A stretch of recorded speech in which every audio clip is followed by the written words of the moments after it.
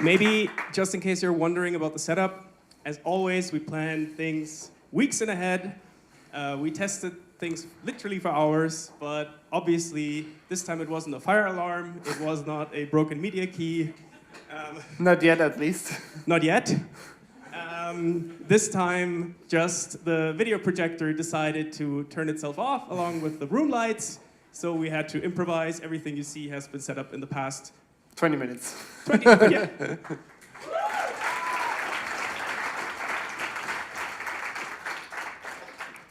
And normally I would say something about how it's nice to see so many old faces, trusted partners, but I cannot see anyone with these lights now.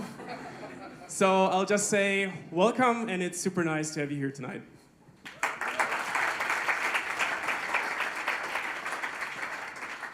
Also, for those who are here for the first time, CDTM is an institution that offers an add-on master's degree in technology management. We are part of both big universities in Munich, the LMU and the TUM, and we're here to educate the next generation of innovators. Each semester, 25 extremely motivated students join us to become the next driving force of innovation. And tonight, after 12 weeks of a lot of work, a lot of endless nights, we're very proud to present the results of their second course at CDTM, which is Managing Product Development. For this semester's MPD, we had 4 project partners that approached us, each with 4 different, unique, and exciting ideas. Each of those project partners was teamed up with a group of 4 students, each with different backgrounds but complementary skill sets. Together, they worked hard on their projects, and at this point, we want to specifically thank our project partners again for all the work they put in.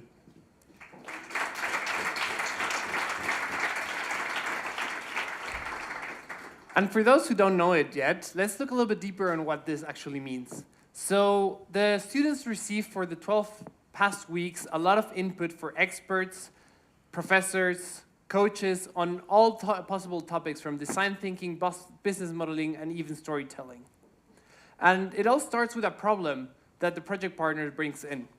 The key here is to empathize with the users who are actually experiencing the problem and really understand where the core lies.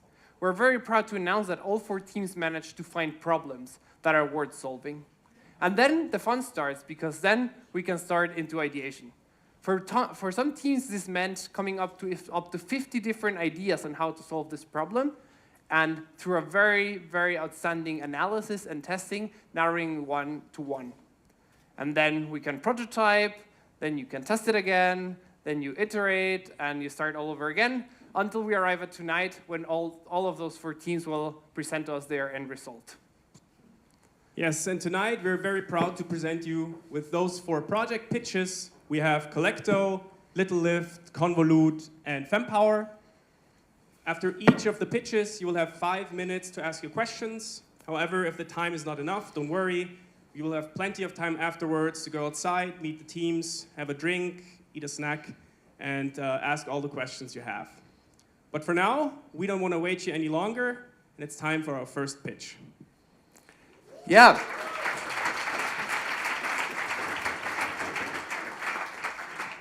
E-mobility is great, but it comes with a lot of added problems to it. I'm very proud to announce the first team, Collecto, who is going to target one of the main problems.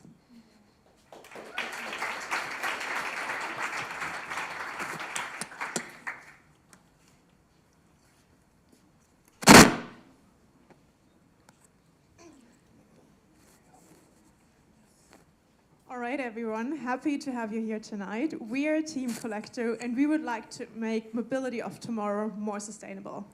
But before we're getting started, and also to energize you a bit, we would like to know from you, who has already used an e-scooter in his or her life? Maybe you can raise your hand. All right. So I would say almost everyone, or at least like really a lot of you. And micromobility has become really popular in the last years. And even in the next years, the market will grow by around 20% until 2030. With this increase in electrification, also new problems will arise. One of them is the waste of lithium-ion batteries. Until 2030, we expect more than 26 million end-of-life lithium-ion batteries. And just to give you a rough feeling about how many batteries we're actually talking, just imagine we would pile up all of these batteries one by one. We would not only reach the altitude of the International Space Station, but we'd even go 5 times beyond. So we're really talking about a gigantic amount of batteries that we have to deal with in the future. But at the moment, there's no process that connects micromobility companies, logistics, and recyclers to dispose and recycle these lithium-ion batteries. Today, we have Bernd with us. And Bernd works for a European electric scooter company as an operations manager. And he's responsible for the fleet in Munich, and he's also responsible for the battery recycling. But with the current status quo, he's running into some problems. And the first one is the partner acquisition. It's really hard for him to find suitable partners. He basically has to call dozens of recyclers until he finally finds a spot and a recycler that is still able and still has capacity to recycle his batteries. The same goes for logistic companies. There are not many, or not all of them, are actually able to transport damaged and critical end-of-life batteries. And even after he found partners, the real work starts. Contracts need to be signed, battery information needs to be sent to the recyclers and logistic companies. And so far, there are no digital processes for that. That means a lot of paperwork. And we're not talking about documents with only 1 or 2 pages. On average, a recycling project can take you 30 pages. And Bernd is not alone.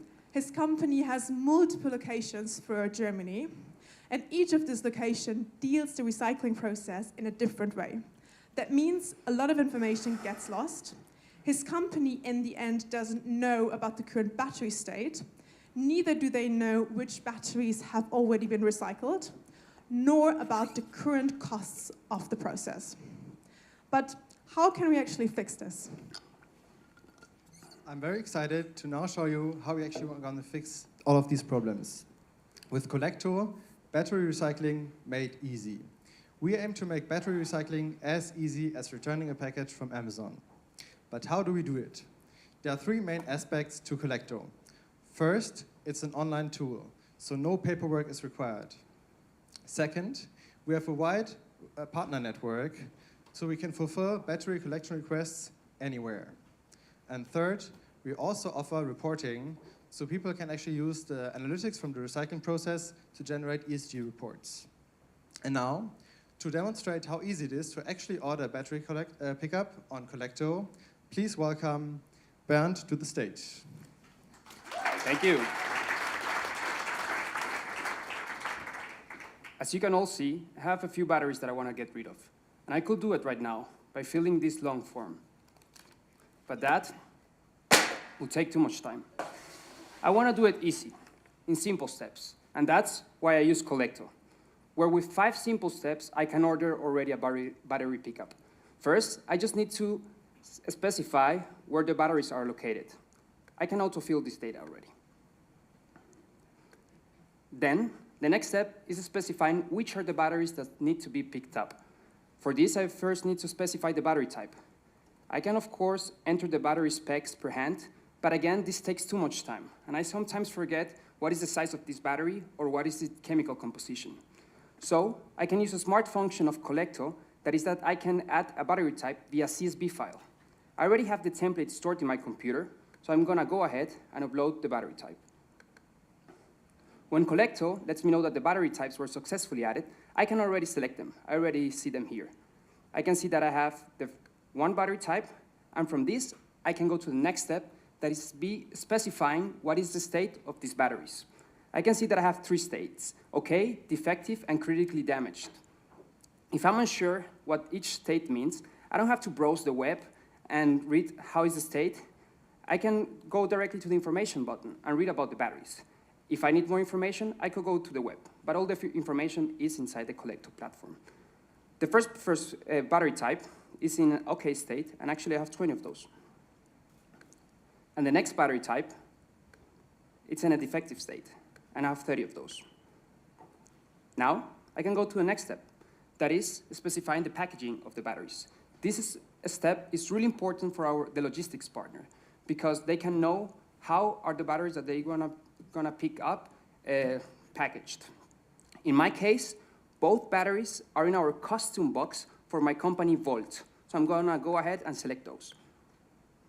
Then, I just have to review my order. I see the batteries that I just added with their quantity and states. The estimated price based on weight and state actually makes sense. The location that I enter in the first step, and I can even specify pickup days. Actually, on Fridays, I'm doing product demos. So I'm gonna go ahead and deselect that one. Now, I can place my order. Once the order is placed, Collector will contact nearby recycling and logistics partners which are capable of actually recycling these types of batteries that were just entered. From then on, customers can track the order status in the order overview. Awesome.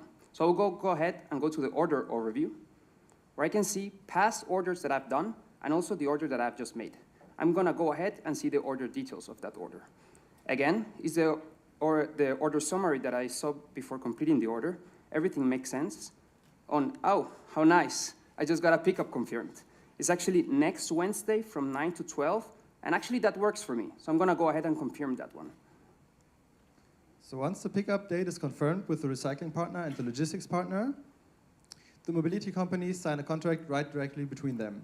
And also this can be done conveniently on our platform. So I'm gonna continue, download the contract, and upload it. I already have the contract in my computer, so I'm gonna go ahead and upload it. Now, Collector notifies me that the contract was successfully uploaded, and now I just have to wait for the pickup.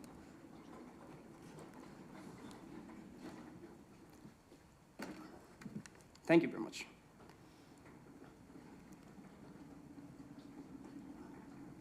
And with those 5 simple steps, I can already get rid of my batteries. And it was so easy as returning an Amazon package. Great.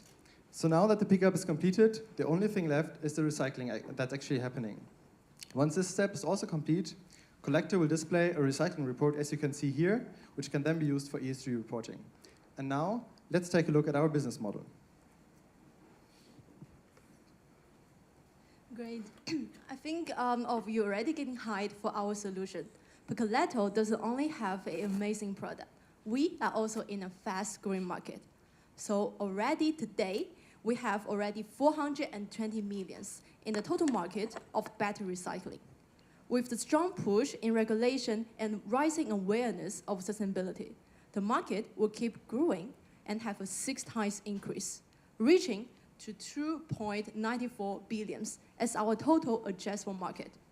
With a target market in micromobility companies and end-of-life batteries, as well as a 40% market share, Collector aims to achieve a 138 million as our expected annual revenues.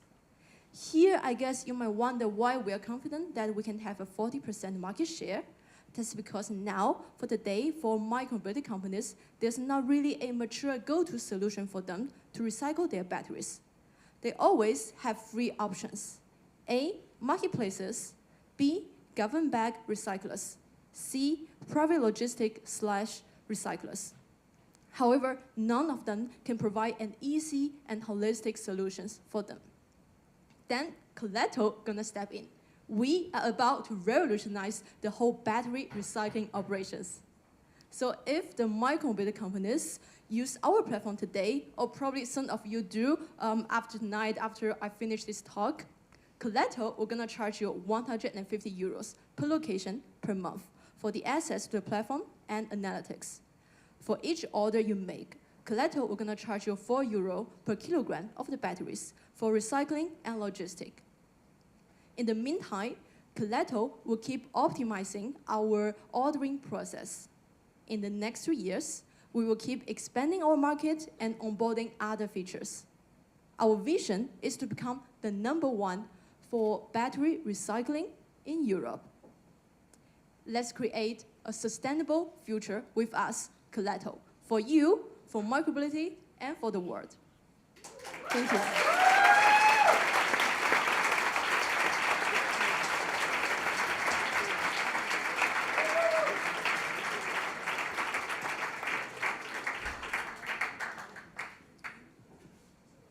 So if you have any questions, we have 5 minutes now, as Franz mentioned.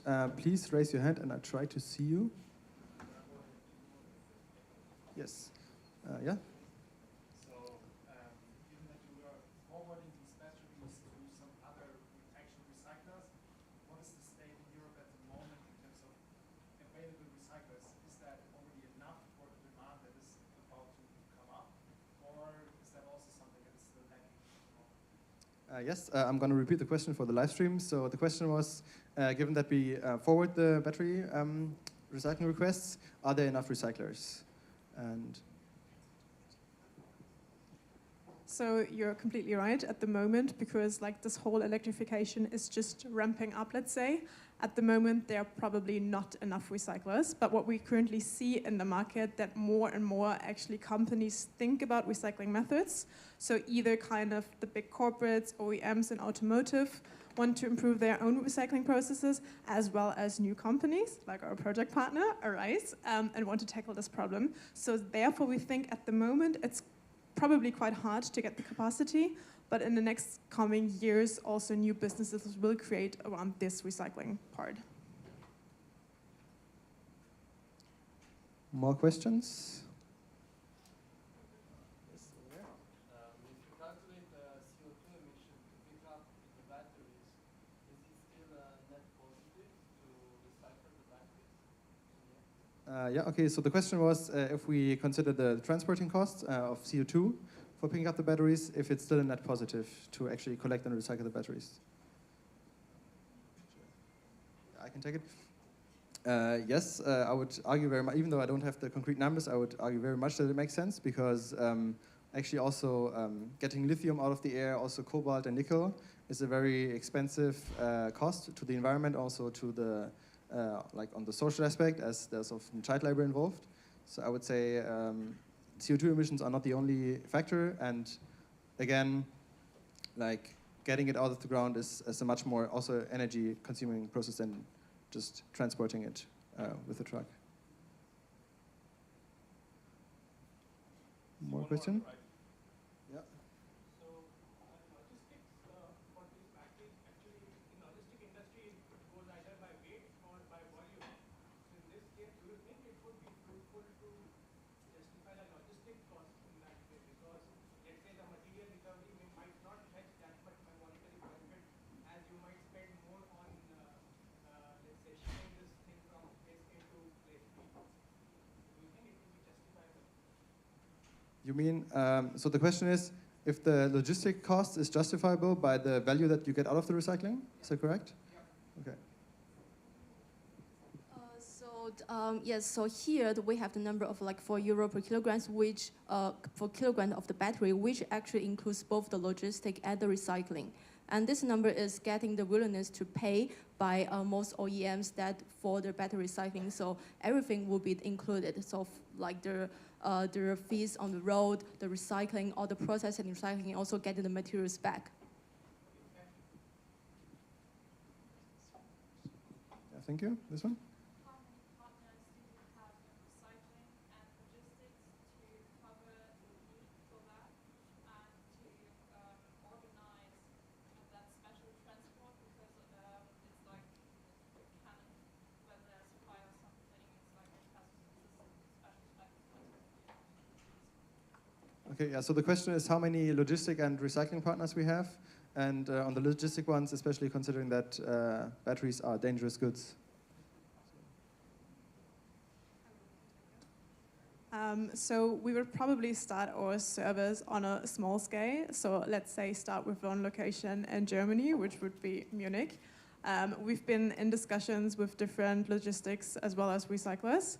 And then we would basically build it up. Of course, we cannot say we would directly start European-wide, because then we would need a bunch of partners. So probably we would try to grow our network kind of organically. Yeah. So basically, I cannot tell you like an exact number how much logistic companies we will need to cover like the European market, but we will start for sure with kind of a pilot here in Munich. Great. Do we have more time? No? Then thank you for your questions, and I will hand over to Franz.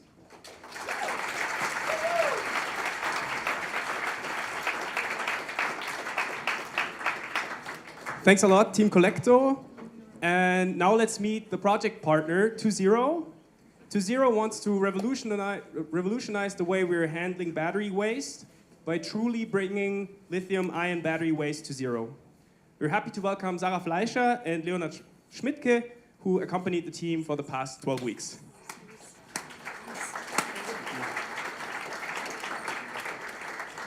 Thank you so much. It's very exciting because I am a CDTM alum myself, and this is kind of like a beautiful way to close my loop at the center, being a project partner myself and having these wonderful students. So yes, I'm the co-founder and CEO of 2.0. We truly bring lithium-ion battery waste to zero.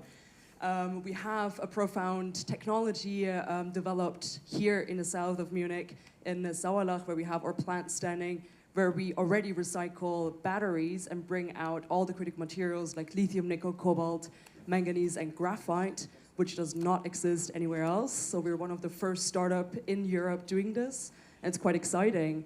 And yeah, maybe Leo, you can say some words about how the project went. Sure.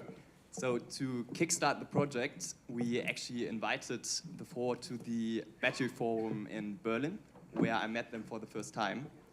And there they had the chance to conduct their first interviews, but also went for some quite boozy dinner and drinks with us. And after they recovered from that, they came into our office quite regularly. There they presented the milestone projects, delivered some quite unique industry insights, and of course, this amazing prototype they presented today. So from my side, and also I think from the whole 2.0 team, thank you a lot. Highly appreciate your hard work, and hope to stay connected in the future. The last words from my side. I think it's always impressive because the ecosystem is super complex. You guys managed to understand it within a week and actually reach out to over 100 stakeholders, which is super impressive, doing a lot of interviews as well. And I would invest in that project. But yeah, looking forward, we're hiring, of course, and we're actually looking into this topic seriously. There is no solution out there, so that's totally correct what they pitched today. Thank you so much.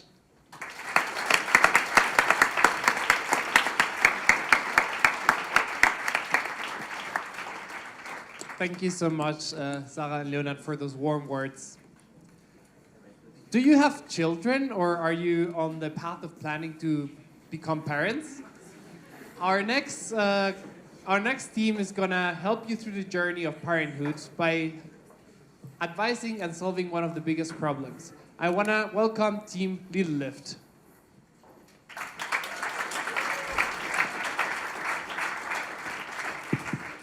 Beautiful picture, isn't it? So the kid and the parent enjoying their time, having fun in the sun, and just be family, right?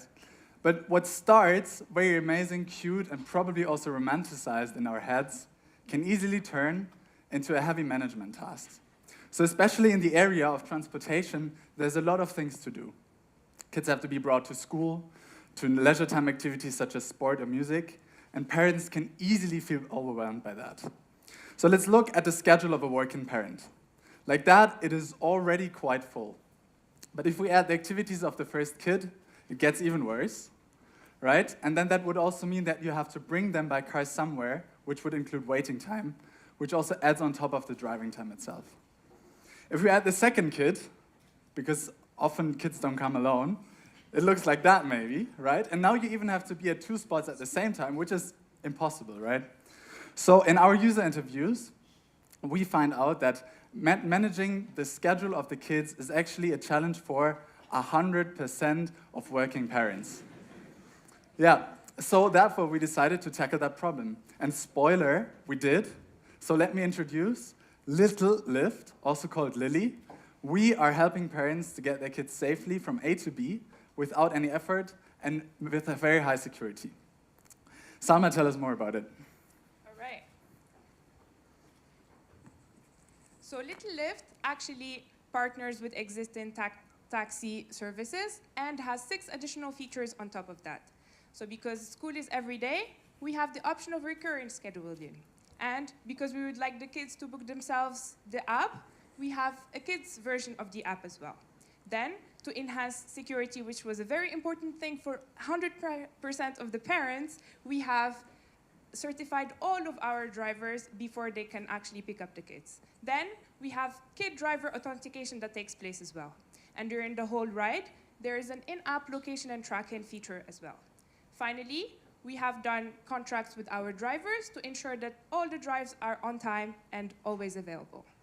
So now that we have seen how Lily is special on its own, let's actually see how it's compared to other existing solutions. We are going to be doing the comparison when it comes to the basic task, which is getting the kids from point A to B, but also when it comes to the aspects that were the most important for the parents from the interviews that we have done, but also 300 survey responses that we got.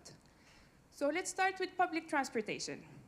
Public transportation does the basic job, but then it's a one-size-fits-all solution that is not really made for kids. That is why it does not really fulfill the latter.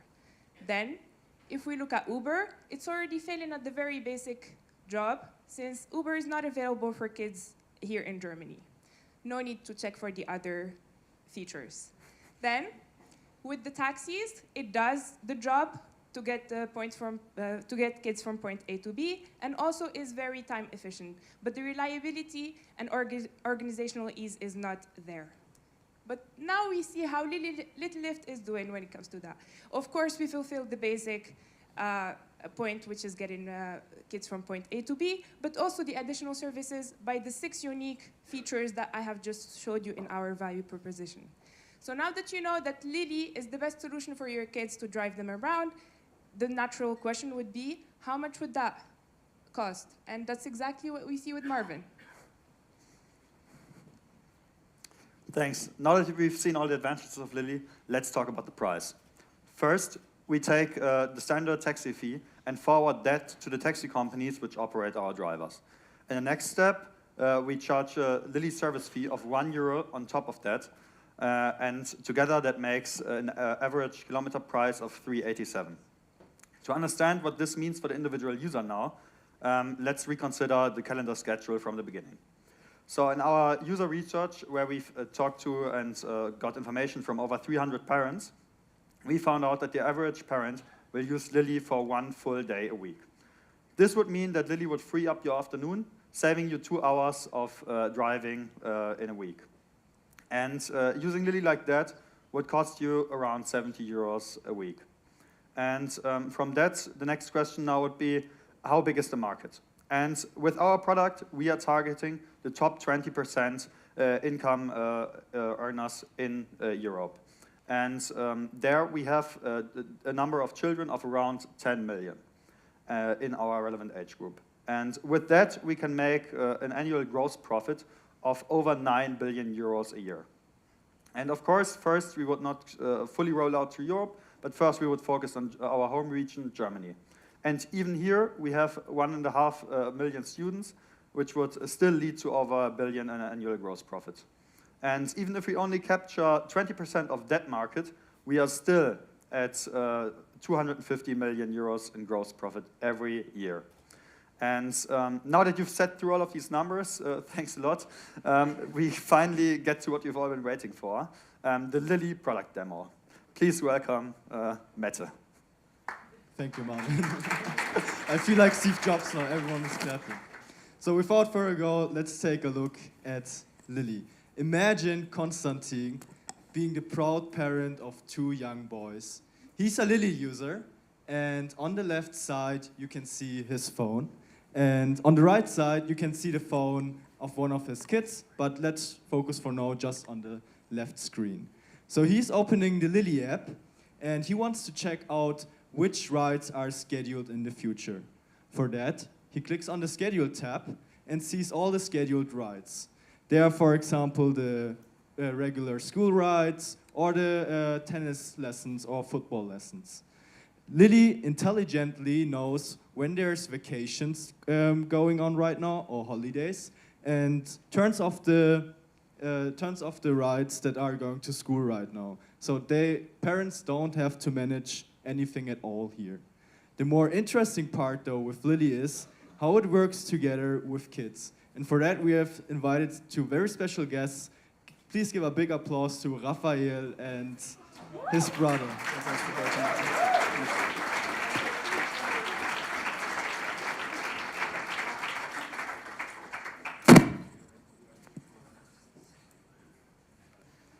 Okay, so those two now have the phone. We just had to switch mics. And they just finished their tennis lesson. Oh, this was a fun tennis lesson. Yeah, and did you see my really good backhand volley? Yeah, it was great. Let's check of the mom will to type us. Oh no, she just wrote she's in a meeting and can't make it. What should we do now? Let's order a lily.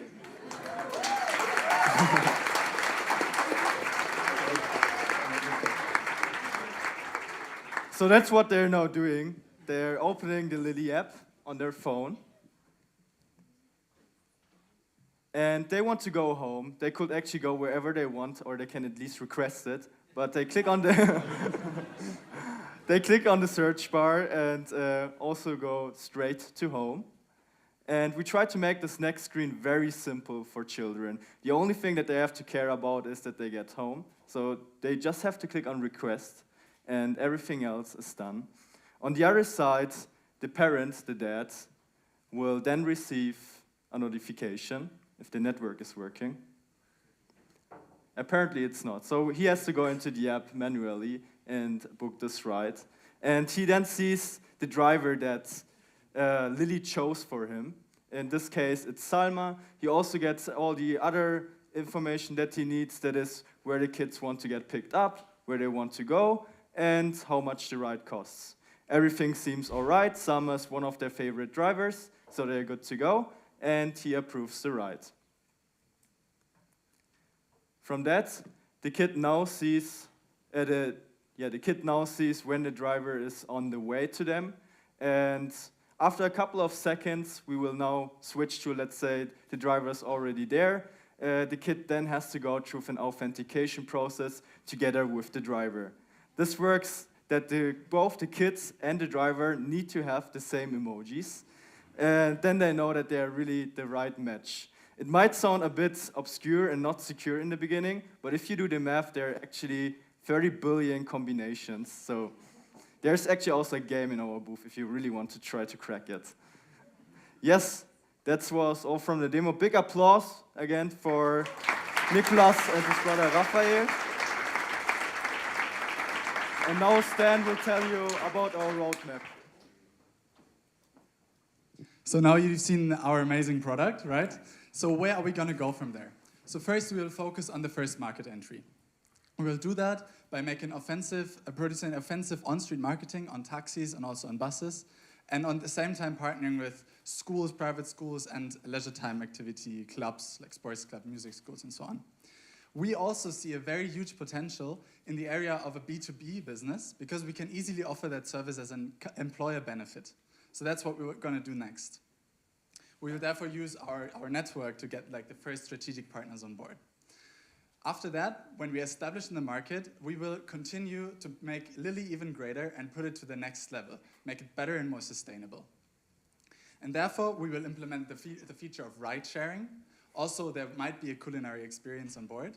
And as the the e-mobility is more prevalent in the taxi sector nowadays, we can also think to move more and more into the direction only using e-cars in our fleet. So there's great things ahead. Thank you very much. And this is us. We will tackle this problem of children mobility. Thank you.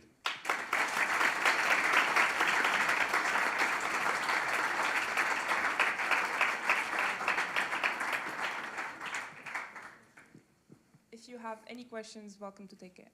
I think the first hand was over there. Great presentation, thank you. Just wondering, with that €1 that you add on top, what does that leave for your margin? So the question is about the €1 that is on top of the existing drive-in services. Would you take that, Marvin? Yeah, I think the question was what margin we have with that, and the margin with that would be, if you do the quick maths, would be around 25%. And on the one hand, you could think, okay, this is quite high for the fact that apart from the taxi services, we don't have any running costs, right? So this is a very high margin business, I would say. But the thing is that in the end, it doesn't really change a lot about how much the customers are actually paying. Because we are only targeting the top 20% income bracket and paying around 25% more for then being assured that your children are actually driven by certified drivers, that the children can book themselves, that you have all of these advantages if you've seen in the presentation. We think that this is really doable, and this was also confirmed in our user research. Thanks. Yes, over there.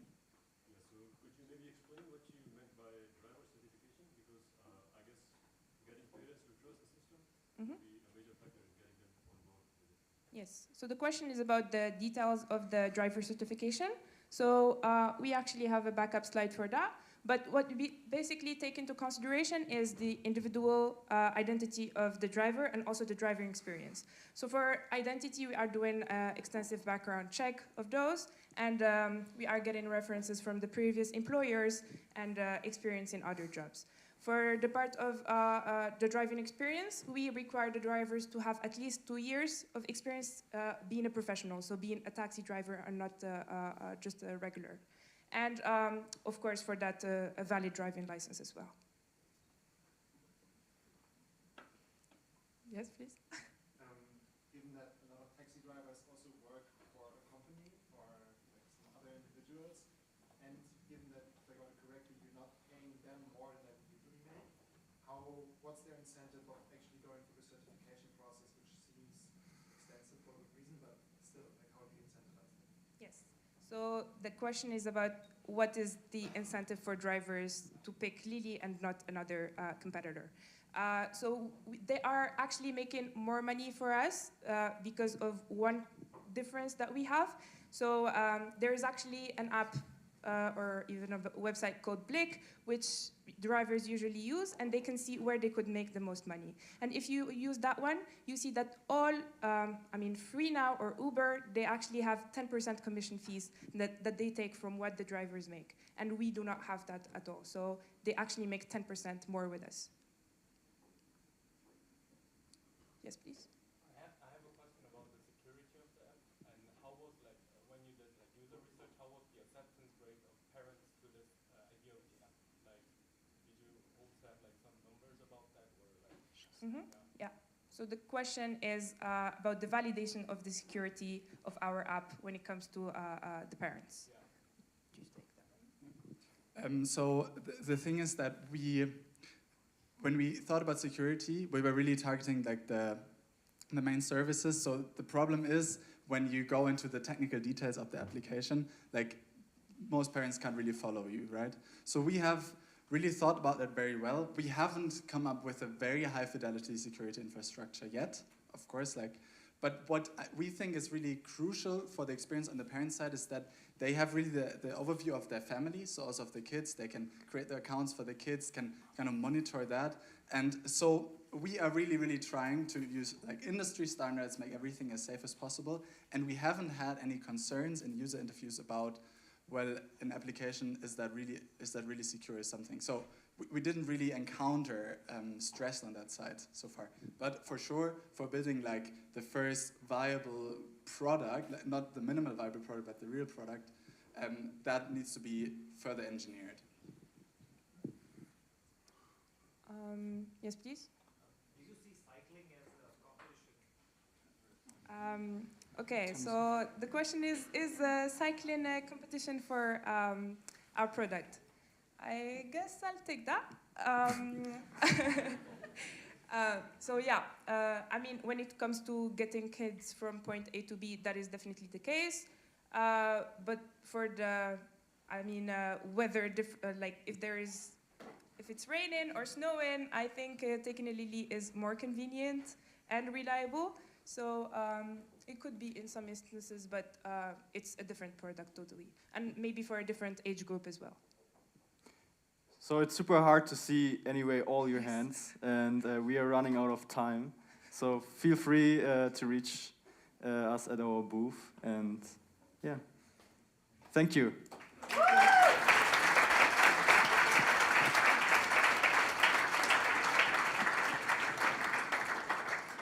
Thank you, Team Lilly.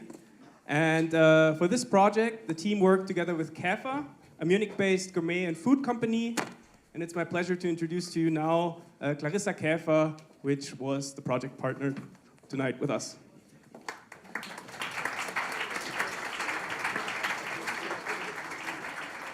So first, thanks a lot to this great, fantastic team and this amazing job.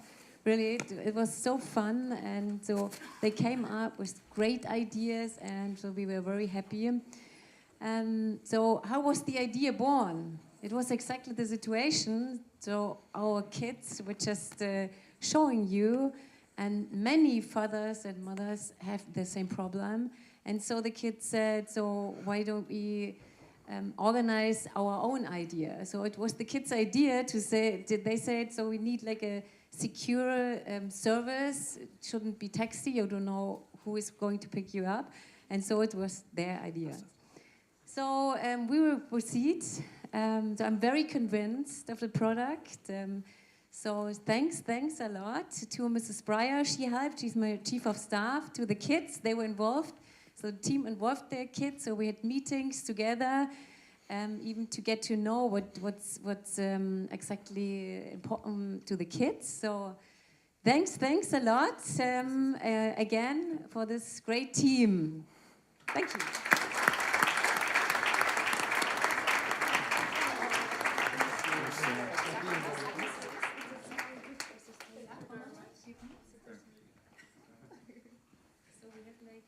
So we have a small gift, a sustainable water bottle, and some nuts. And some nuts.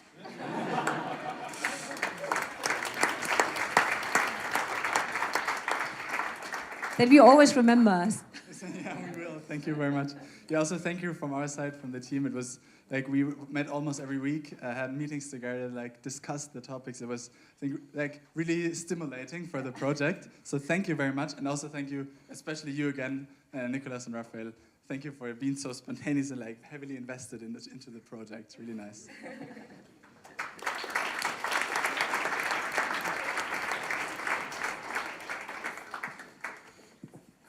At CDTM, we care a lot about sustainable and ethical development of businesses.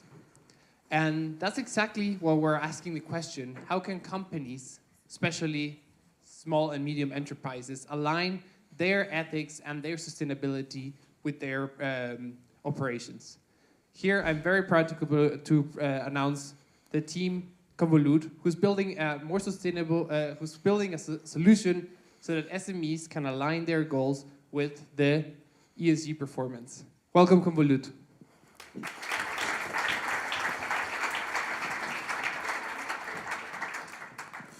Welcome, everyone. Do you know what the Volkswagen diesel scandal, the human rights violations at the World Cup, and the Wirecard fraud all have in common? These three are prominent examples for failed ESG management. ESG is short for environmental, social, and governance. Three key indicators which are critical to our today's business world. And certainly, these images show us that ESG management is not a new issue for large companies. However, small and medium-sized enterprises, or short SMEs, are now on the focus of the regulator. In particular, there are 3 new laws upcoming which specifically focus SMEs and forcing them to actively manage and communicate their ESG efforts. The results of that are numbered at around 100,000 euros annually per company in costs, and over 17,000 companies are now either directly or indirectly impacted by these new regulations. But what is this ESG management all about, and what does it really mean for a company? I mean, it's a very abstract thing, right? So to understand this, let's put ourselves in the shoes of a German company, and let's just give it the name Void Manufacturing. Now, imagine one of their key customers has recently been subjected to these new upcoming regulations. As a result, this key customer now has to measure the ESG performance of their entire supply chain. And as a result, our company, Void Manufacturing, is forced to fill out an extensive ESG questionnaire. This means they have to go through dozens and dozens of internal documents, mails, and ERP systems, and they also have to contact their suppliers. But the moment this gathered information is sent back to the customer, it's nearly immediately outdated again. So whenever another external stakeholder, such as the regulator themselves, other customers, or banks and insurances are requiring this ESG information, they have to repeat this process again and again and again. So let's sum up what we just learned. ESG management for SMEs is just horribly intransparent. It's also annoyingly time-intensive and extremely repetitive. And last but not least, it's dealing with tons of sensitive company data. And being faced with all of these hurdles, the excitement and the actions of SMEs goes down, and the new regulations impose a serious issue for them. But why so negative? I could easily name you 3 counter-positive examples. So first of all, Patagonia. Patagonia has a real environmental impact with their pledge to only use sustainable products. Secondly, Ben & Jerry's, a social brand. Why? Because they care about fair trade, non-GMO products, and social justice. Lastly, we have Stripe, a company with a real good governance rate. They are really transparent in culture, as all employees can view all the emails sent in the company. So here Convolute comes into play. What is Convolute? Convolute is a data-driven platform now enabling you to handle your ESG management in your company. Well, how? The first thing Convolute does is to connect to relevant data sources in your company. That would be ERP systems, mail scraping, web scraping, and to complete the whole database, also questionnaires. With this said, Convolute then assesses your ESG performance and also provides action plans so that you can even improve your performances. You can then also export your performances to customers, regulators, and also investors. So remember the slide? Pretty sad, right? We can change this with Convolute. Convolute enables you to have an easy-to-use platform with automation and consolidation.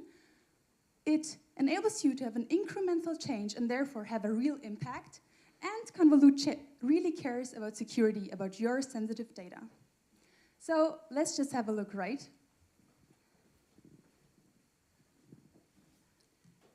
So if we imagine we're Void Manufacturing, the first thing we see when we're using Convolute is the overview page.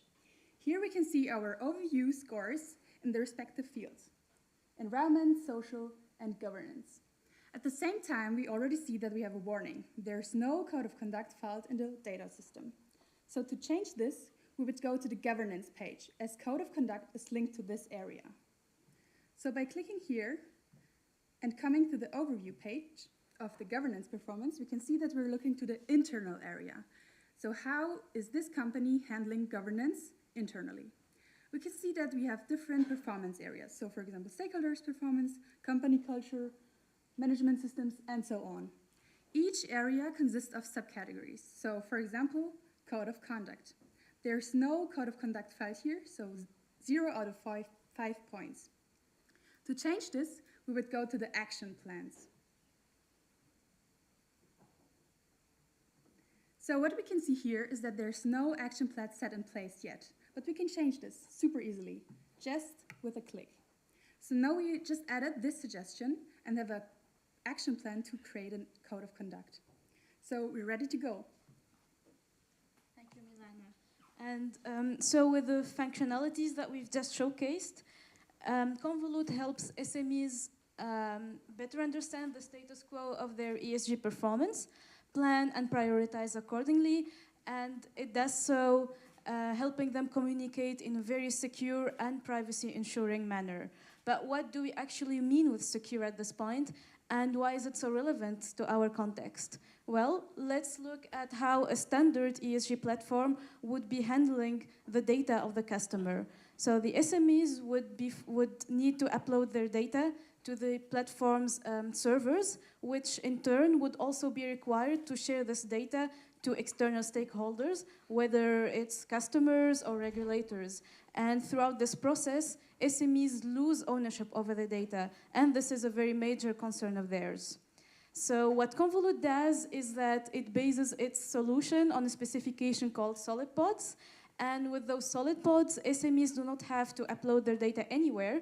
They just keep it on premise, which means in their own servers. And what they do is actually write access models to both the ESG platform, Convolute, for instance, and the external stakeholders, and they can revoke this access at any time whenever needed. And with this, Convolute ensures that SMEs have a very tight grip and governance over their data. Of course, the ESG market, software market, has been in place for quite a few years now, and there are solutions out there, mostly targeting big enterprise though, which we do classify as our indirect competitors. However, we're all aware that the ESG topic in general has been gaining traction recently, and so there have been quite a few startups active in the field as well. However, what makes Convolute different from the rest is that it focuses on communicating in a very secure fashion with external stakeholders, combined with a highly automated software that's actually that defines a very holistic approach when it comes to ESG management. And with that, Convolute becomes a powerful tool that specifically tackles the pain points and concerns of SMEs. It does so much indeed that it's actually offered into 3 different models. The first being the intra-company model that focuses on the ESG efforts of the company internally. The second being the supply chain model, which actually looks at the ESG performance throughout the supply chain of the company. And finally, the third model, which is a combination of both. Additional to the monthly fees that are incurred, we do also charge a setup and onboarding fee. But what's out there already, like what's been developed already, and how do we see our product moving forward? For this, I will hand over to Jacob. Thank you. Perfect. Yeah, let's take a look what happened so far. Until now, we have developed proof of concepts for the technologies that are underlying our system architecture. In particular, this refers to the solid pods that Serene described earlier, but also web scraping and text sentiment analysis that is critical for us to make a risk assessment. We also conducted over 50 interviews with relevant stakeholders and potential customers to really understand the pain points, and have built expertise in the team on the upcoming regulations, as well as the relevant ESG assessment criteria, so that we can really make an assessment of the companies. In the next step, we want to really focus on the product. Our goal is to launch the functional platform, the MVP, until the end of Q2 of this year. In order to do so, we are working on acquiring 6 pilot customers and build a strong product team so that we can develop this complex product and really make it market ready. Over the course of the next year, we really want to professionalize our product. To do so, we want to focus on making the data input as automated as possible, and this way, for every new customer, using Convolute becomes even easier. Commercially, we want to reach over 100 customers, which would be reflected in up to 1 million in revenues, and really start scaling in the DACH region. This, however, is just the beginning. With our focus, we target the ESG software market for SMEs, sized at 400 million in the DACH region and 2.7 billion in Europe. The interesting thing, however, is that we connect to and integrate data. And with this, we can not only support SMEs in making more smart and data-driven decisions, but this is also highly relevant to external stakeholders. So investors, insurances, regulators, they have all been struggling with not having access to the data of a privately held company. By solving the conundrum of the intransparent SME, the extended market of software and data in ESG grows to over 6.5 billion euro. But yeah, who are we? This is our highly interdisciplinary, actually, can we have a bit less boring slide? Yeah, okay, better. Yeah, this is us. While we are interdisciplinary and have a complementary skill set, what really sets us apart is our way of working. So we really build on the values of trust and own and communicate openly and solve a problem. And based on this, we are building the future of data-driven ESG management, and are happy to answer any of your questions. Thank you.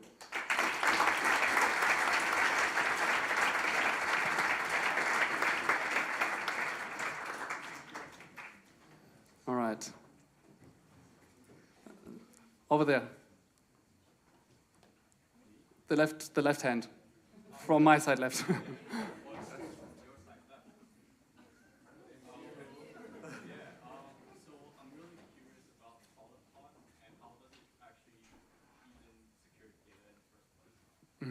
So thank you for this question. The question was on solid pods and how this technology can really ensure security and privacy of the data. Serene. All right, thank you. So solid pods is actually a specification. It was originally created by Berners-Lee, which is also known as the father of the World Wide Web. And the specification is based on web standards, which makes it very easy and nice for interoperability between different standards, for instance. And the way it enhances security by helping companies keep their data in pods or containers in a predefined standard way of saving the data, and then just specify the access that they could or they want to give to external stakeholders. And that's through the SolidPod interface also made quite easy, and they can revoke this access whenever they want. So there is no need to actually upload data to any other external server. If you want to learn more about it, we actually have a very cool POC on our booth, so you can join us later on, and you can also see it in action. So looking forward to seeing you later. All right. In the back with the bright shirt. Yeah. Don't regulators and other stakeholders need to make kind of snapshots of the data of a certain point in time? And how can they do that with, or do they need to do this, and can they do this with solid pods to document that everything has been ESG compliant at a certain point in time and is not altered? Thank you for the question. So the question related to if regulators have to make snapshots of the data, of the performance of ESG, and if that would not be possible with solid pods. Serena. I will gladly take on the question. So the idea behind it is that SMEs actually do not want to send their own documents or have them laying on someone else's server somewhere in the world. And what the regulators actually require is reports. So that's a different thing. When you send a report to a regulator, usually it's also, it focuses more on policies and less on the data sensitive, or the sensitive data that the company has inside, or the sensitive files. So that's a difference there. Thanks. All right, yes, here, front row. How different are the setups and needs of these different SMEs, and therefore, like, how complex is it to onboard them onto your platform? Like, how much configuration and customization do you have to do for everyone, and how can you scale that? So thank you for the question. It related to how different the requirements are based on the different SMEs and how high integration efforts would be. I can answer the question. There are very, very different SMEs out there, and with different requirements and also different setups. With our platform, we target to have something in place that works with a minimum amount of input in the best way possible, and with every additional data source added that is integrated based on the systems that they use and the integrations that we offer, the data quality and the quality of recommendations will be enhanced. This way, we can start with a solution that is really possible to be used by everyone, and then with the increase in number of integrations is tailored to the specific requirements and systems that they use. Ah yeah, here. Thank you. If somebody has a deep understanding of how your code works and how different things are contributing to a higher score, doesn't that incentivize companies to use certain keywords or certain other things on websites or other open media that are not documents from other companies or suppliers to get a higher score, and therefore your ranking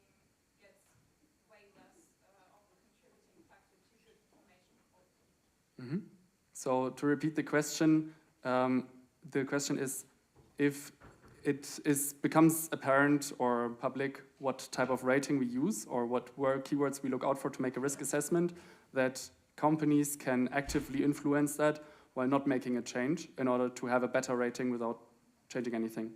Did I understand that correctly? Perfect. Niklas. Yeah, I can take that. So what we are actually doing is we are only offering an internal rating for the SME themselves. The real rating, what you're referring to and what the industry standard is done by partners, such as EcoVadis, for example. They are doing assessments on different company data and look and give you a rating, which you can also then usually use to go for an IP or different things. So the problem for these keyword analysis would rather lie at these partners who do the external assessment, and our platform is only steering to conform to the different regulations and to score good in these ratings. But this is, of course, an issue, but usually partners like EcoVadis also have humans then verifying that you're actually not only using these keywords, but actually have data and proofs that you are active and that you actually do something about your ESG performance. Yes, here. Thank you. That was a really insightful presentation. I looked at your data sources. It contains herpes, serum, nail scraping, web scraping, and the question is, and I had a question, do you know where you want to start first? Because these are quite heavy extractors that you have to build, and especially for SMEs. All SMEs do not contain their data in cloud. Mostly they use on-prem ERPs, and sometimes they're different ones. Sometimes they have data on paper that are not HTML. So where do you want to start? So thank you for the question. It related to our data retrieval strategy in terms of, on the one side, that it is an extensive list of systems that we want to access and documents we want to retrieve, and on the other side, that those documents that are stored in systems are often on-premise and not easily accessible in the cloud. Niklas?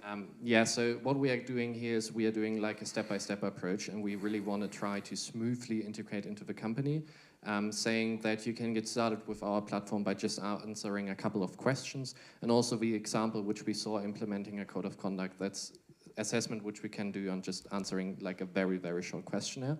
And then you have these action plans which shall help you to improve. And part of these action plans would be to connect to different systems like the ERP system. So it's a very incremental process where you as a company get more and more insight as you work with this platform. So the upfront work, what you're also referring to, is very small, and then you kind of incrementally grow in there. All right, thank you so much. Handing back over to Franz.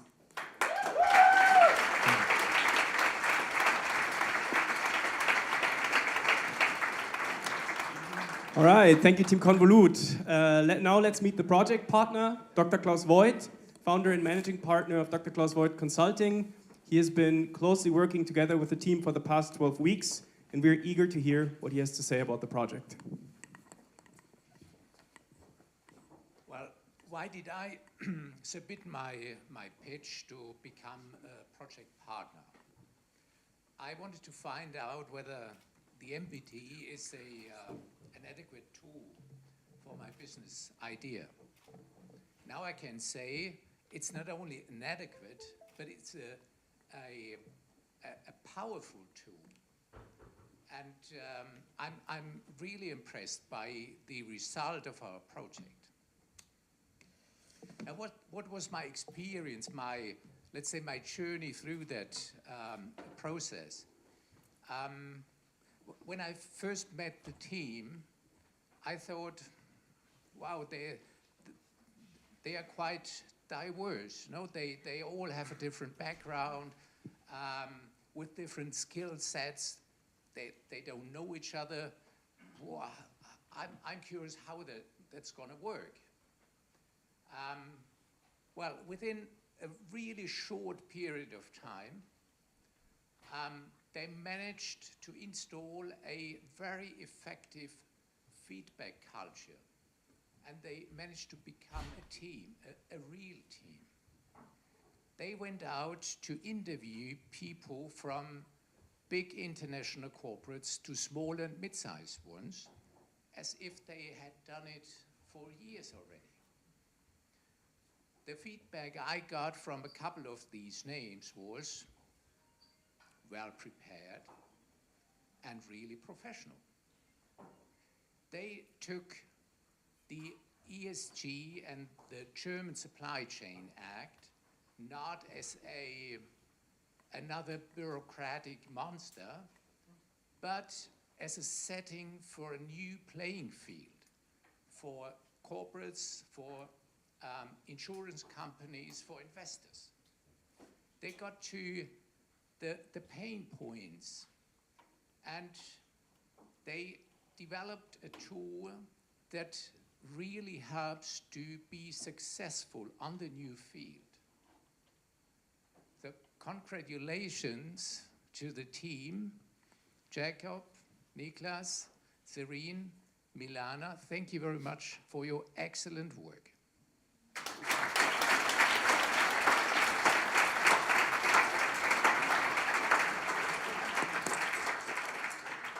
Now, what's the next step? The project shows that there is a problem, a specific need, and it shows that there is a specific solution for that. And the project shows that there is a huge market for that solution. So in a role as a silent partner and a mentor, I would like to bring that idea to market. And I'm looking forward to organizing a team and helping them to get started. That's it.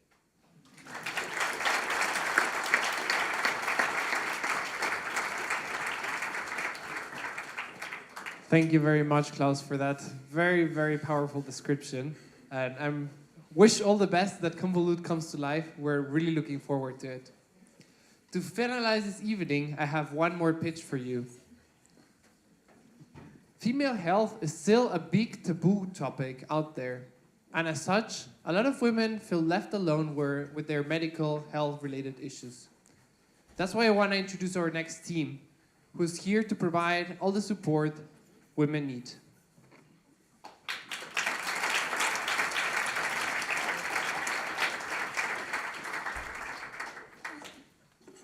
Thank you so much, Jose. Welcome. We are super happy to be here. I want to start out our presentation by telling a little bit of a story. This is a photo of me when I was 18, the summer of 2017. I decided that I wanted access to birth control.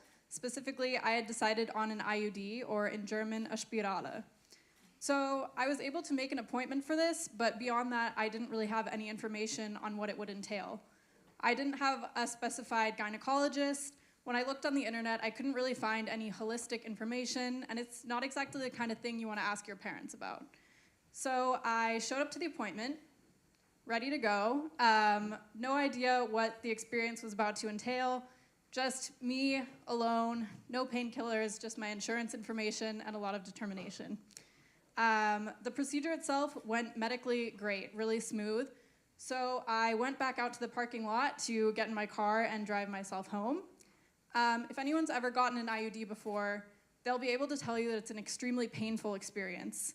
The pain level is pretty similar to breaking a bone, and occasionally people will pass out during the procedure. Luckily, none of these things happened to me, but when I got to my car, I realized there was a bit of a problem, which is that I was too in pain to drive. So the only solution I could think of at that time was to get into the trunk of my car and wait there for 3 hours until the pain subsided enough for me to drive myself home. In that experience, I was alone, but I know that I am not the only woman who has experienced this, and I know that so many other young women go through this experience of pain and confusion due to a lack of information. So this is a problem space I'm super passionate about, and I'm going to turn it over to Kata now to tell you a bit more. So this is definitely a problem that not only affects Jacqueline.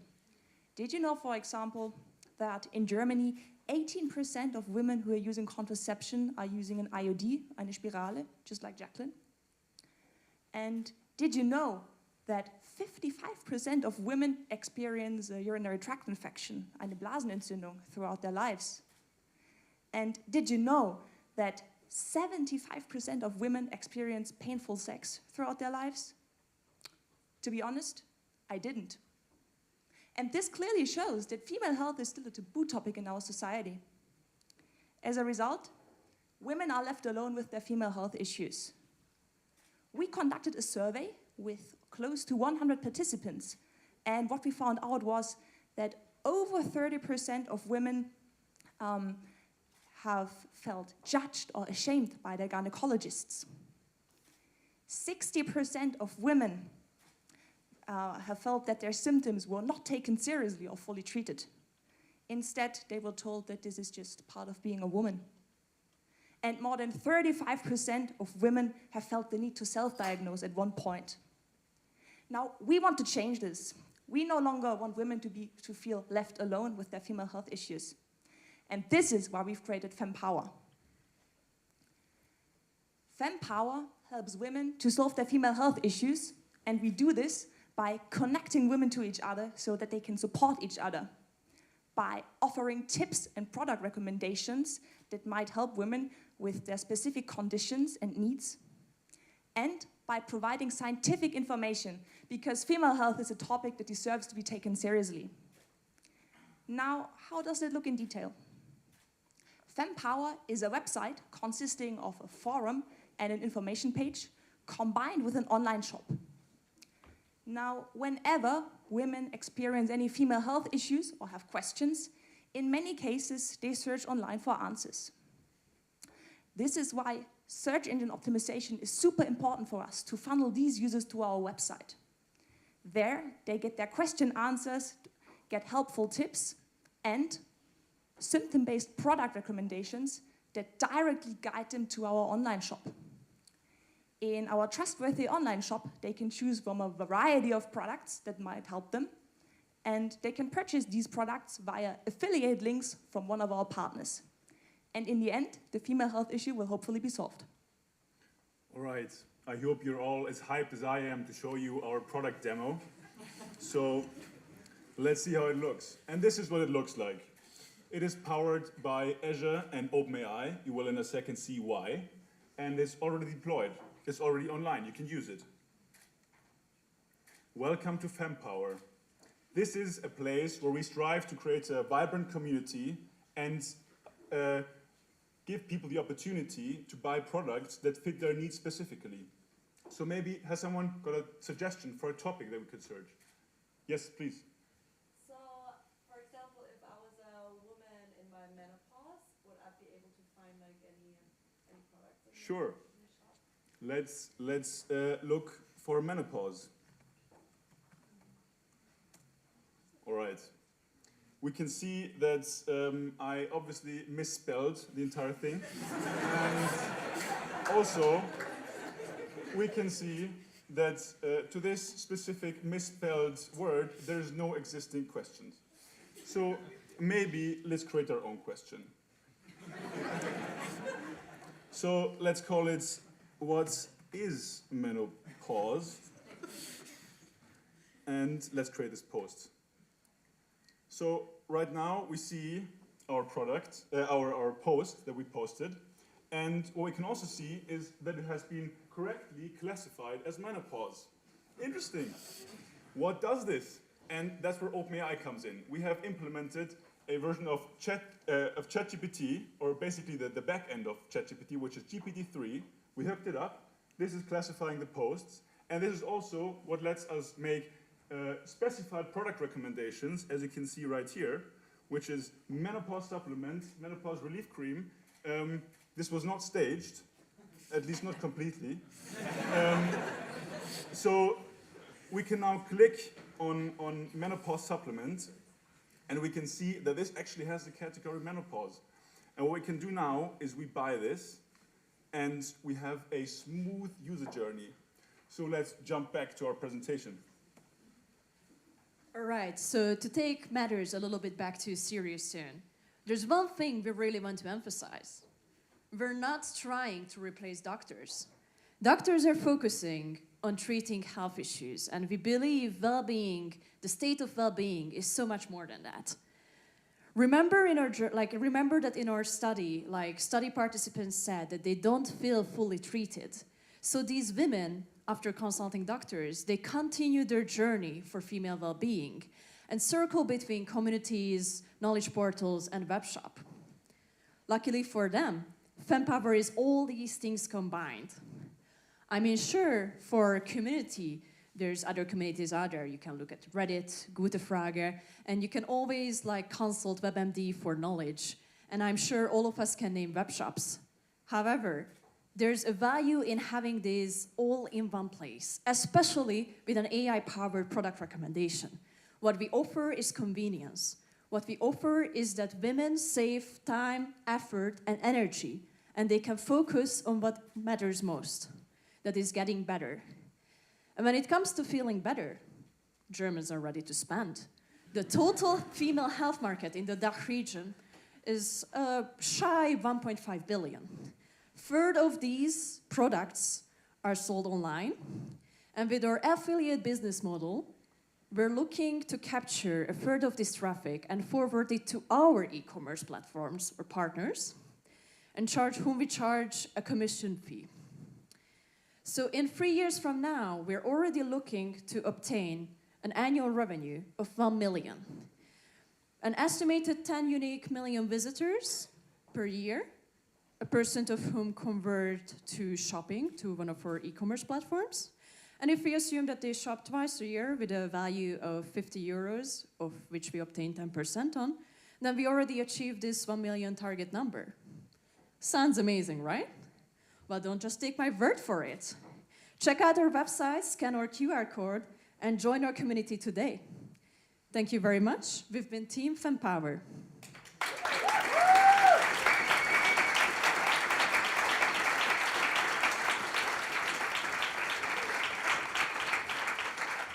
Thanks, everyone, again. We'll be able to take some questions now, and I see one. Yeah, thanks for the presentation. I think it's a really relevant topic. I was wondering, with finding information on the internet, often the problem is that you have too much information.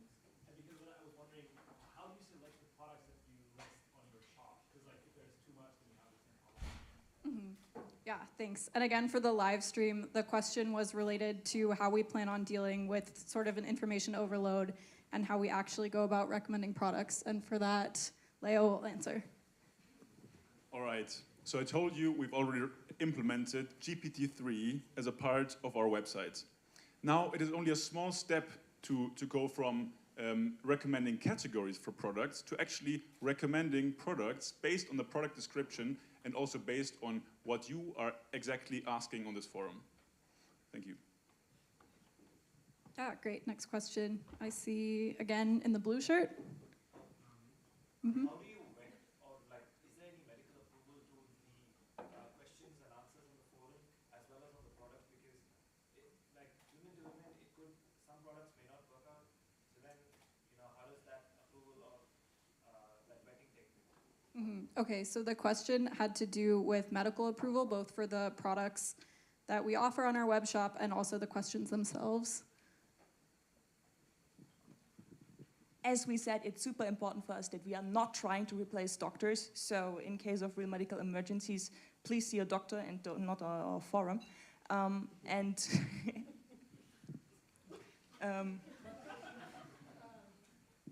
Beyond that, the information is crowdsourced. So this is going based on other women's experiences. As we said, we are focused mainly on well-being. So trying things that worked for other women, though again, to emphasize what Kata said, we are not trying to replace doctors. Yeah. Yes?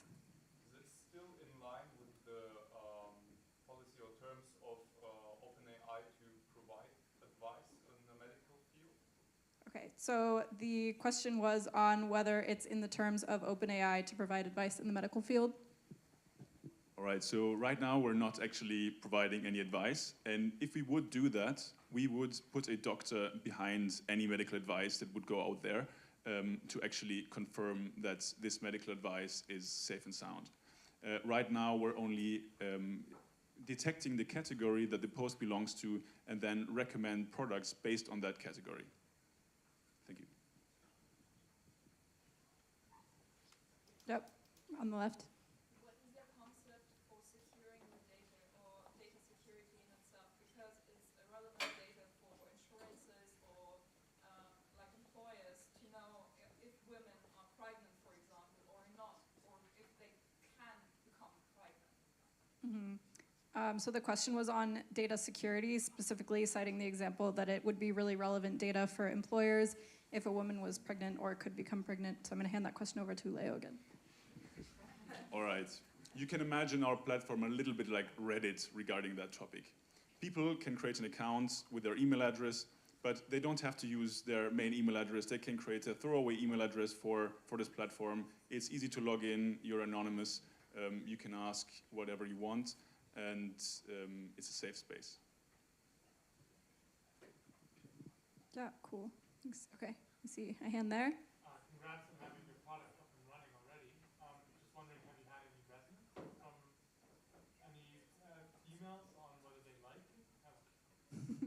Okay, so the question was on whether or not we've had any resonance from females on whether or not they like it. And I will turn it over to Agnes.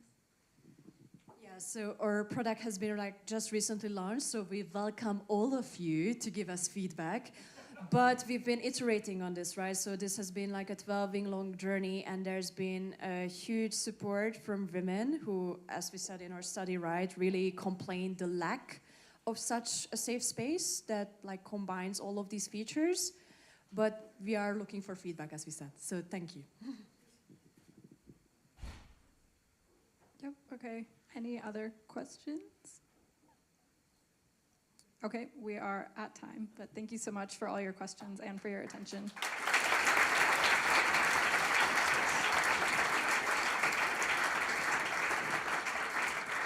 Thank you so much, Team FemPower. FemPower was built together with Annika Breu, founder of Munich-based startup Oh My Fantasy, which is focusing on closing the female pleasure gap. And where is Annika? Yes, there.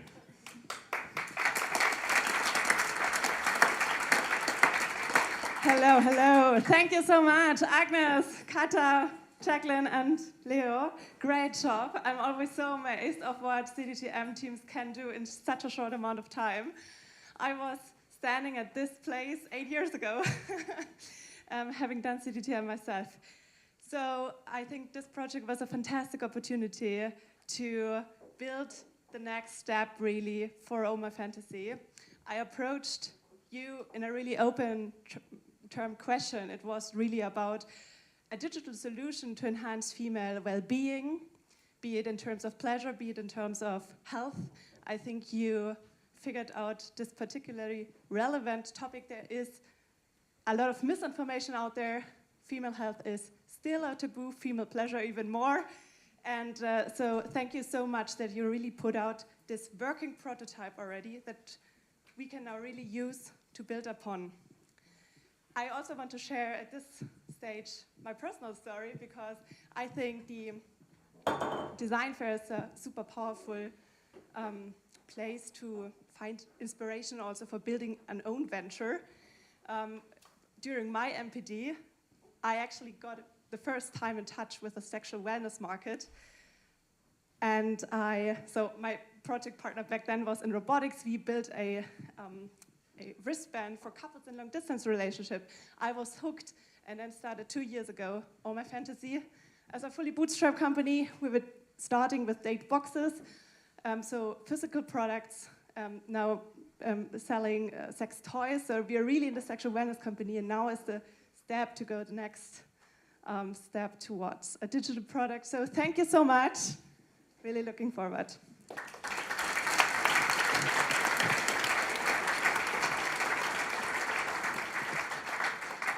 Thank you very much, Annika, and thank you very much, Team FemPower. To finish up this evening, we would like to invite our scientific director, Jörg Clausen, to the stage to give some final words. Welcome, Jörg.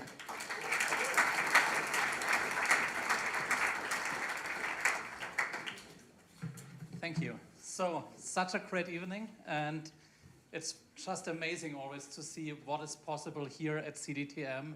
And just seeing these 4 projects, it's great to see how they are tackling the grand challenges that we have. So we have 2 projects which tackle ESG-related topics. Parenting is, of course, super important. Health issues that we've seen in the last project are kind of really at the forefront of what is kind of pressing right now. So this is really great. It's also great to see how the MPD attracts great external partners, and that kind of like seeing the live feedback after the sessions that they really had great experiences with the teams. And it's also, of course, great to see that 2 of the 4 projects are CDTM alumni who come back here after leaving the CDTM and kind of being kind of now in the role of a project partner. So I think that's great how the circle closes. And yeah, of course, my own personal story is I've also been here at this kind of stage pitching my MPD project. It was a really silly project where we had like a toy horse and we had like some video camera attached to your horse, so you can always check out what kind of your horse's situation is. I think this never got anywhere close to market, but it was a lot of fun. Yeah, so let's quickly kind of recap what we've seen today. So let's start with Collector, who had great ideas about batteries recycling and kind of also mixing this with ESG reporting. So I just want to have like one additional food of thought for each of these 4 projects.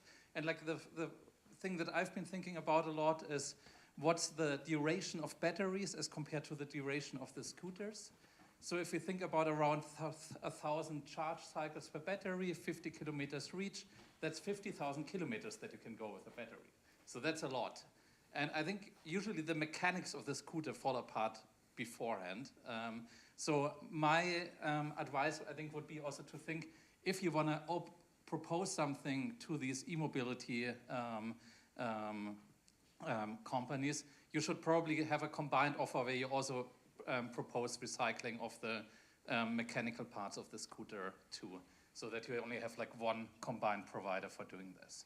But great project, and I think it's really, we see that there's so much kind of things thrown away after a short time in this industry, so I think there's a lot of needs for solution here. Let's get to our second platform, Lily, or Little Lift, which is a kids driving service, and so myself have 2 boys, 5 and 8 years old, so I know kind of the things of parents. And like one challenge that I thought about myself is like, especially if you need your phone, so when do you give kind of your first smartphone to the kids? Of course, there's huge variety here, but like our 3rd grade kid doesn't have yet a smartphone, so he wouldn't be able yet to do this.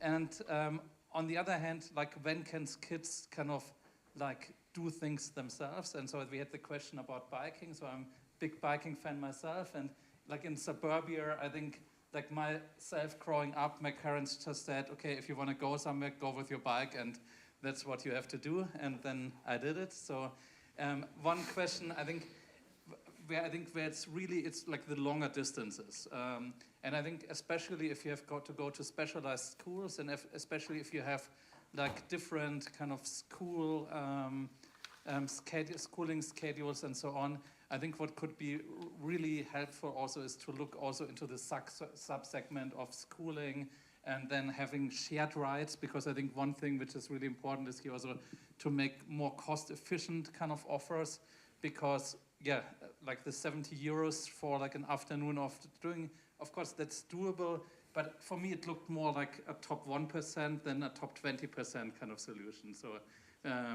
I think the challenge would be to bring this down to like a more mass market and address a broader part of the population with this. Let's move on to Convolute, who are proposing a great solution for ESG reporting. And so I myself right now kind of in this doing an exercise. We have I have co-founded a company in the real estate space, Properbird, in which we also look currently how can we solve some of these ESG, especially the social part of the reporting in the real estate industry. And so what we just found out in our journey here is that a lot of these reporting issues are very industry specific. And especially if you say you want to kind of do automated data collection and you want to kind of crawl a lot of the data, not just self-report everything, I would really urge you to think, okay, what are the most interesting industry verticals to look into? And then perhaps kind of roll this out industry by industry. And then bring in a lot of specific deep industry knowledge into your product. And then you can perhaps, get a lot of cool data sources and start kind of filling these reports through these sources. Great. And finally, FemPower. So when we've been to Valencia, Leo was also joining there, and this was kind of, we had him nearly there for a very embarrassing picture that we could have shown here, but it was, unfortunately, he was too fast to eat a snack here. So just to bring this out, sorry Leo for embarrassing you here. So I think, super great product, and I think it really seems to be a big pressing gap from what you are reporting here.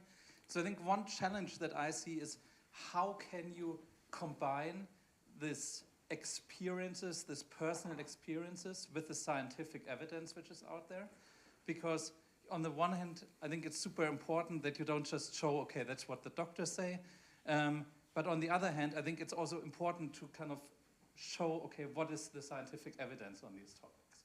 And then together with this is, I think, another kind of challenge on kind of when it comes to over-the-counter products to prescription products. So how much can you kind of like give advice for kind of fields which move into the prescription space? But I think that's especially exactly really the challenge. And I think if you get a good solution on bringing these together, and saying, okay, let's not just scratch the surface by just thinking about the well-being part, but also by kind of seeing, okay, what really helps and what does not help, and then combining with a lot of kind of personal experiences, this would be a great product. So, all in all, fantastic, great job, and it's just always amazing to see what great products can come out in such a short period in time. Thanks a lot.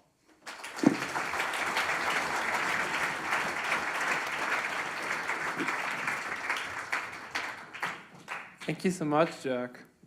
Well, this marks the end of tonight's evening.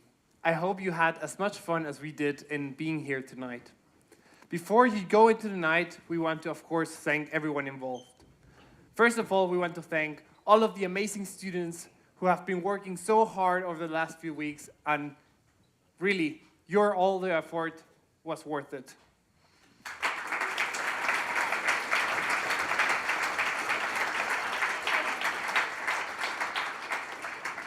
Secondly, another big thank you to our project partners who supported our teams.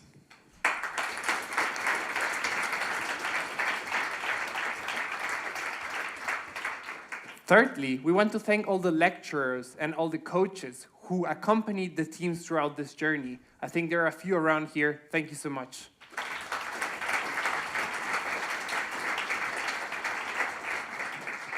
We also want to thank everyone from student to alumni who helped to create this great event here tonight.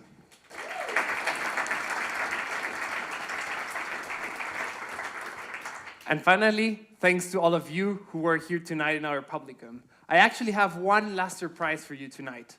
We're very, very, very proud to announce that CDTM is launching 2 brand new education formats this semester in April. The first one is the Digital Changemaker program. This is a 12-week course that will happen during the summer semester starting in April and will challenge our students in a very similar project like the MPD we saw tonight to figure out how we can bring digitalization to SMEs with, of course, a very, very big introspection in what the ethical issues are involved. Parallel to the Digital Changemaker program, we will be running another program. And yeah, you cannot see it, of course. The business modeling and prototyping course will be a course that will teach students how to take university research, brand new research, and turn it into viable business models, specifically in the field of communication technology. So we're looking to create businesses in the field of 6G, which will be the new communication protocols. If you're interested in any of these courses and want to be part of the CDTM family and take a part of our education, please approach me, scan the QR codes, and join our info events. Thank you very much.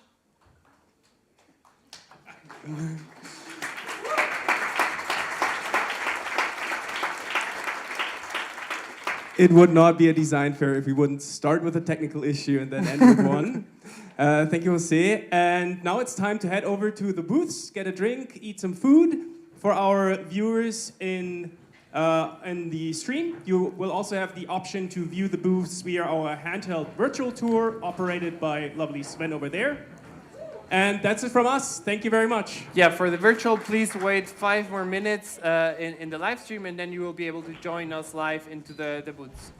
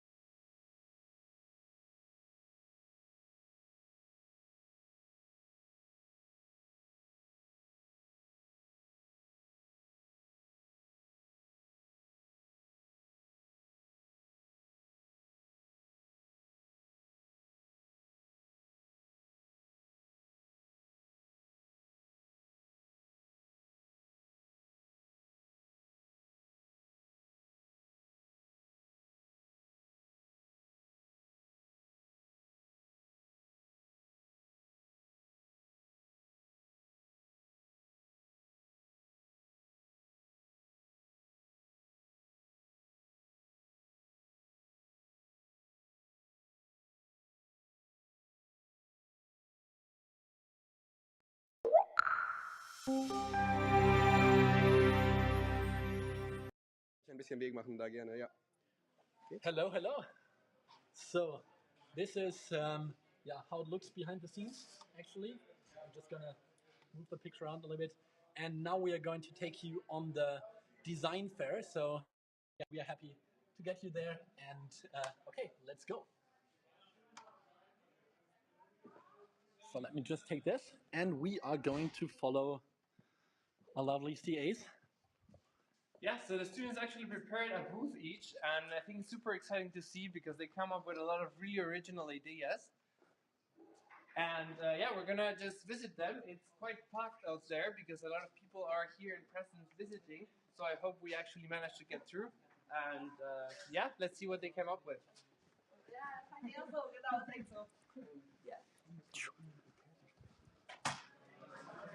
So as you can see, it's really, really packed. Maybe we start here with the FemPower.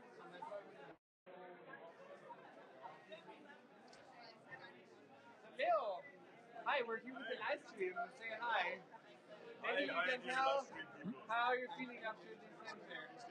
Great. I mean, it's a great experience, and I mean, I would lie if I would say I'm not relieved that all this pressure is coming off.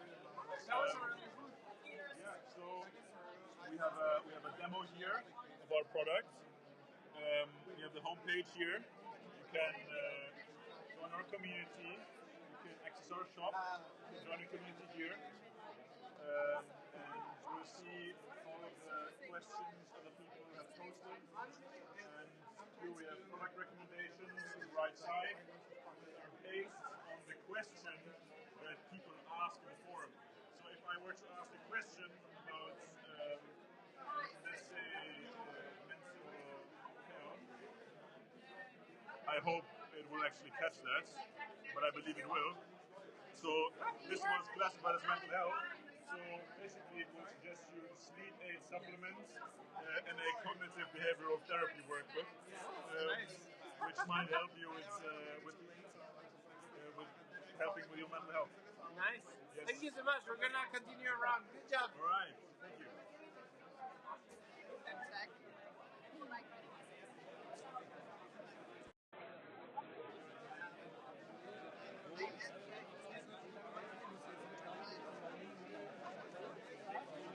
So here's the movement of Humboldt.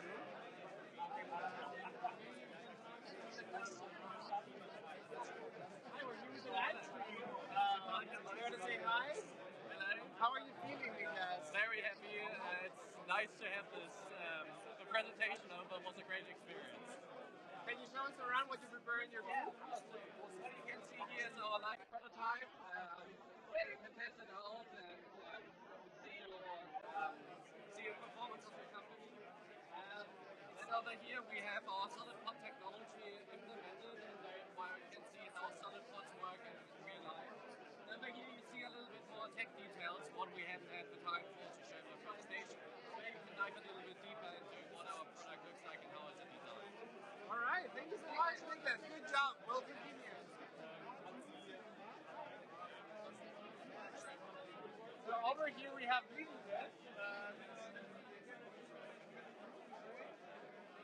We have the live stream. Salma, how are you feeling after the presentation? Great. Amazing. Perfect. Can you guide us to your booth very quickly? Oh, yes. So here is our little food station. It's not looking very aesthetic, but it's very yummy. You can try out some donuts if you want. ASMR. And this is actually our game. So we are giving even prizes for people who can hack the game and guess the secret word here. You can try with. Okay, I'll try. So you have to.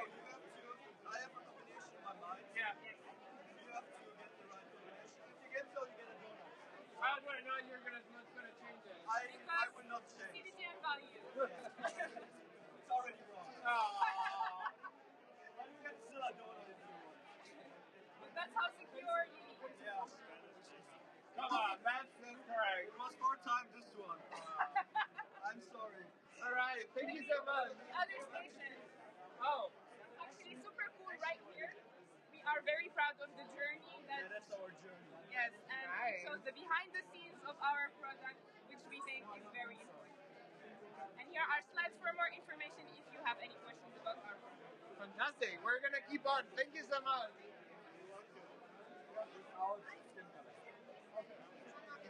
This is the final booth at the very back. We see there's already kind of like a racetrack thing going on here. Maybe we can manage to get one of the team members to.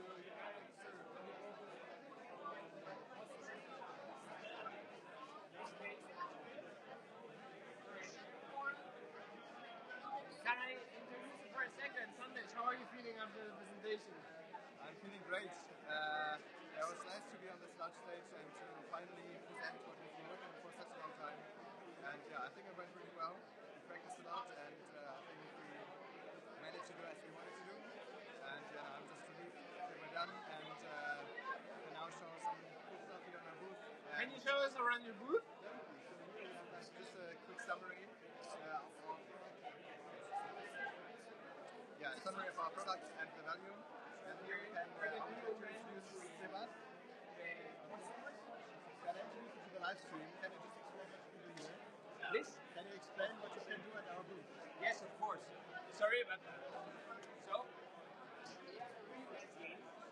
show the circularity of using of recycling the batteries. So we have a retail setup where we have different stages. You can now show the stages.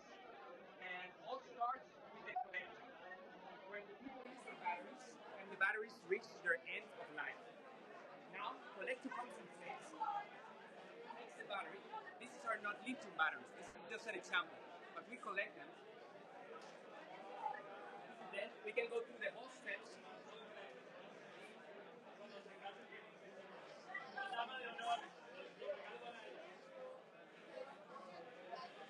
And we end at our project partner that is 2.0.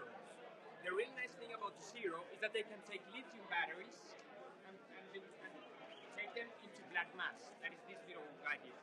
And from the black mass, they can get the lithium out of it. That is this little white thing. And with this, we get the raw materials back. And now, we can end the cycle. And going back again where it started, with batteries that are currently used in the market and ready to be recycled again and picked up again by collectors. Thank you very much for this fantastic presentation. Thank also to all of you who joined us from home on this design fair tonight. Thank you very much for sticking till the end and also accompanying through the booth. Hereby we end up the event tonight. Thank you so much and good night.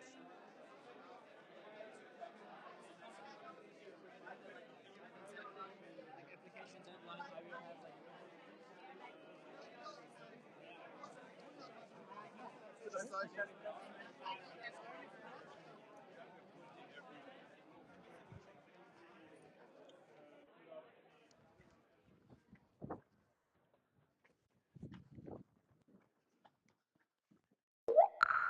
Thank you.